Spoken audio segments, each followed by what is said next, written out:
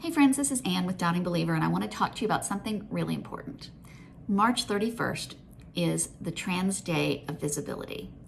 And why is this so important, and why am I talking about it? Well, the Trans Day of Visibility is a day when we celebrate our trans siblings and friends and neighbors.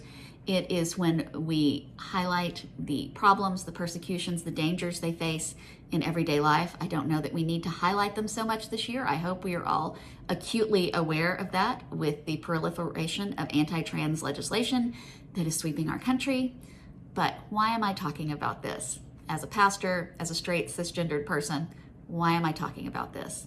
Because I think it's really important that we as people, as Christians, are supportive and encouraging and protective of our trans neighbors. And I'd like to give you a different way to think about this. For those of you who struggle with the idea of transgendered people, for those of you who want to have a conversation with people you know, people you love, who have problems with transgendered people, I'm hoping I can give you a new way perhaps to talk about it. So stay with me and see if this helps the way you can view this upcoming Trans Day of Visibility and how you might talk about it with others. So to start, I wanted to go all the way back to the 80s. I know some of you don't remember the 80s, and that is okay.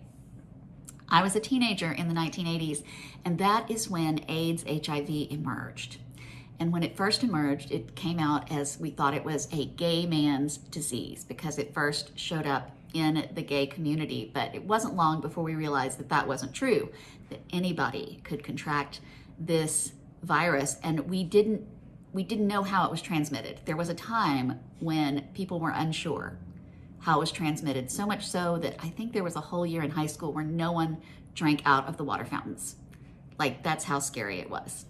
We didn't know, we didn't understand it. It was scary, and at the time, people were dying of it.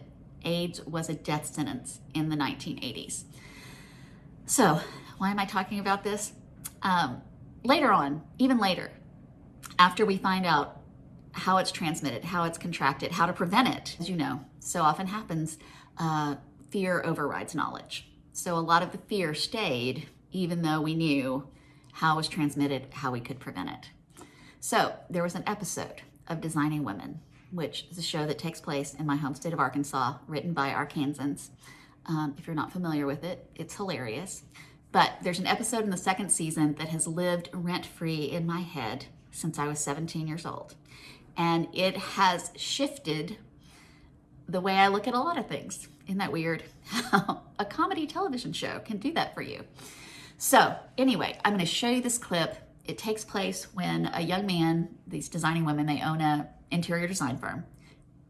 And a young man shows up and he wants them to plan his funeral because he is dying of AIDS. And at the same time, one of the designers, Mary Jo, at her daughter's high school, the debate is going on about whether or not the school should be supplying condoms. And as you can imagine, in the 80s, when it came to birth control, the conversation had shifted from preventing pregnancies to also preventing diseases, such as AIDS, which I said was deadly at the time. So take a look at this clip. Contraceptives available to teenagers only piques their interest in sex and seems to be giving them the green light to engage in immoral activity. Indeed, in some cases, they even may feel pressured to do so. I say this matter does not belong in the school, but in the home. Parents, not government, know what is best for their children. I also agree that parents usually do know what is best for their children, but I also think that it's kind of a fantasy to think that all these wonderful talks about sex are going to happen in the home, or that every teenager is going to abstain from sex. I have talked to my daughter. You see, this is the argument we hear ad nauseum. They're going to do it anyway, so let's help them along. It's like saying, we have criminals in our society, so let's provide guns. Excuse me, but I think that it's more like saying, let's provide gun control. And incidentally, the kind of gun control that I'm talking about is available in many public restrooms. All right. Exactly. So why bring that kind of garbage into the public school system? Because that garbage helps prevent AIDS. I am certainly in favor of abstinence, but I don't believe that it's realistic to think Let's that these quit kidding around, shall we? What you're actually saying, Mrs. Shively, is that if your 15-year-old daughter is determined to have sex, then you won't mind her going to a dance with a boy who has a condom in his wallet, paid for by your tax dollars. Isn't that correct? We got finished a little early. Thought we'd come by and give her a little moral support. What I am saying is that I have a dear, sweet, funny friend, 24 years old, not very much older than the kids that we are talking about here. And he came to me this week and asked me to help plan his funeral because he's dying from AIDS. Something that he got before he even knew what it was or how to prevent it. I've been thinking a lot about his mother this week and what she might give for the opportunity that I have tonight, that we all still have here tonight. Because now we know how to help prevent AIDS. And I think that it really shouldn't matter what your personal views are about birth controls, because you see, we're not just talking about preventing births anymore. We're talking about preventing deaths. 25,000 Americans have died, and we're still debating. For me, this debate is over. More important than what any civic leader or PTA or Board of Education thinks about teenagers having sex, or any immoral act that my daughter or your son might engage in, is the bottom line that I don't think that they should have to die for it. Thank you.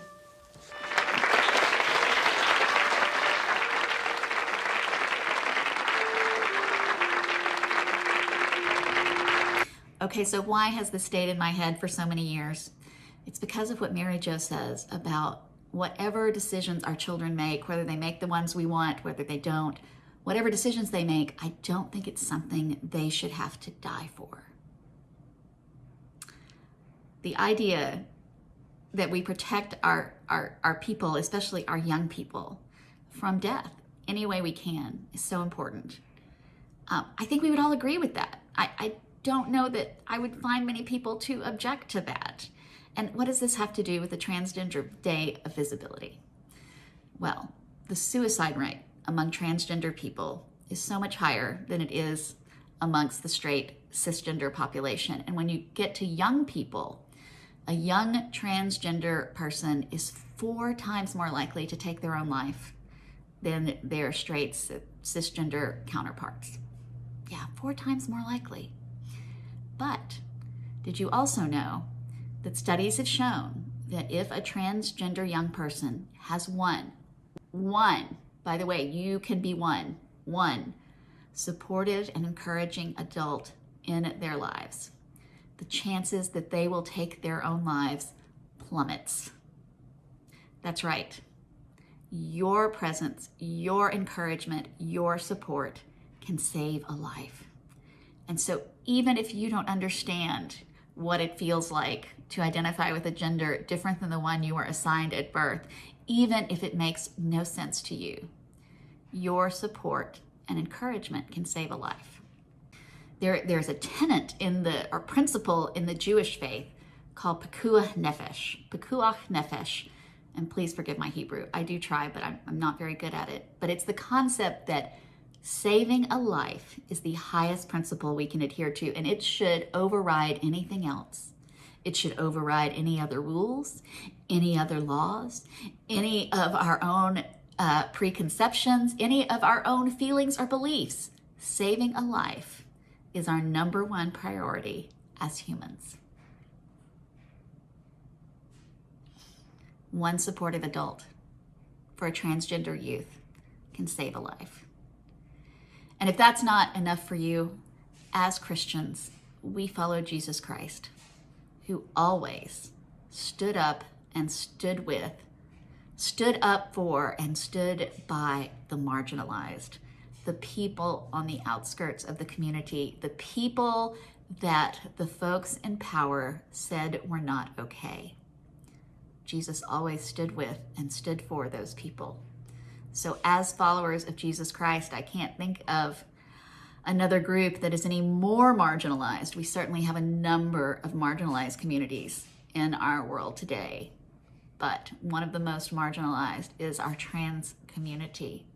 And so, if we are followers of Jesus Christ, we need to stand with our trans neighbors. So, as you are thinking about this for yourself, as you are talking about it with other people, our love, our support, our encouragement can save lives. Our love and our support and our encouragement with people who are being marginalized by the powers that be is at the heart of what it means to be Christian. So I hope this gives you a new way to think about our transgender neighbors, a way to talk about it with others who may be struggling, who may be in support of all this anti-trans legislation, to give them a new way to think about it, a new way to consider it, and a new way to look at our transgender neighbors as people just like us who deserve our love and support and encouragement. So I hope on Trans Day of Visibility, you will stand up and speak out and encourage those you know and you love who are part of our transgender community.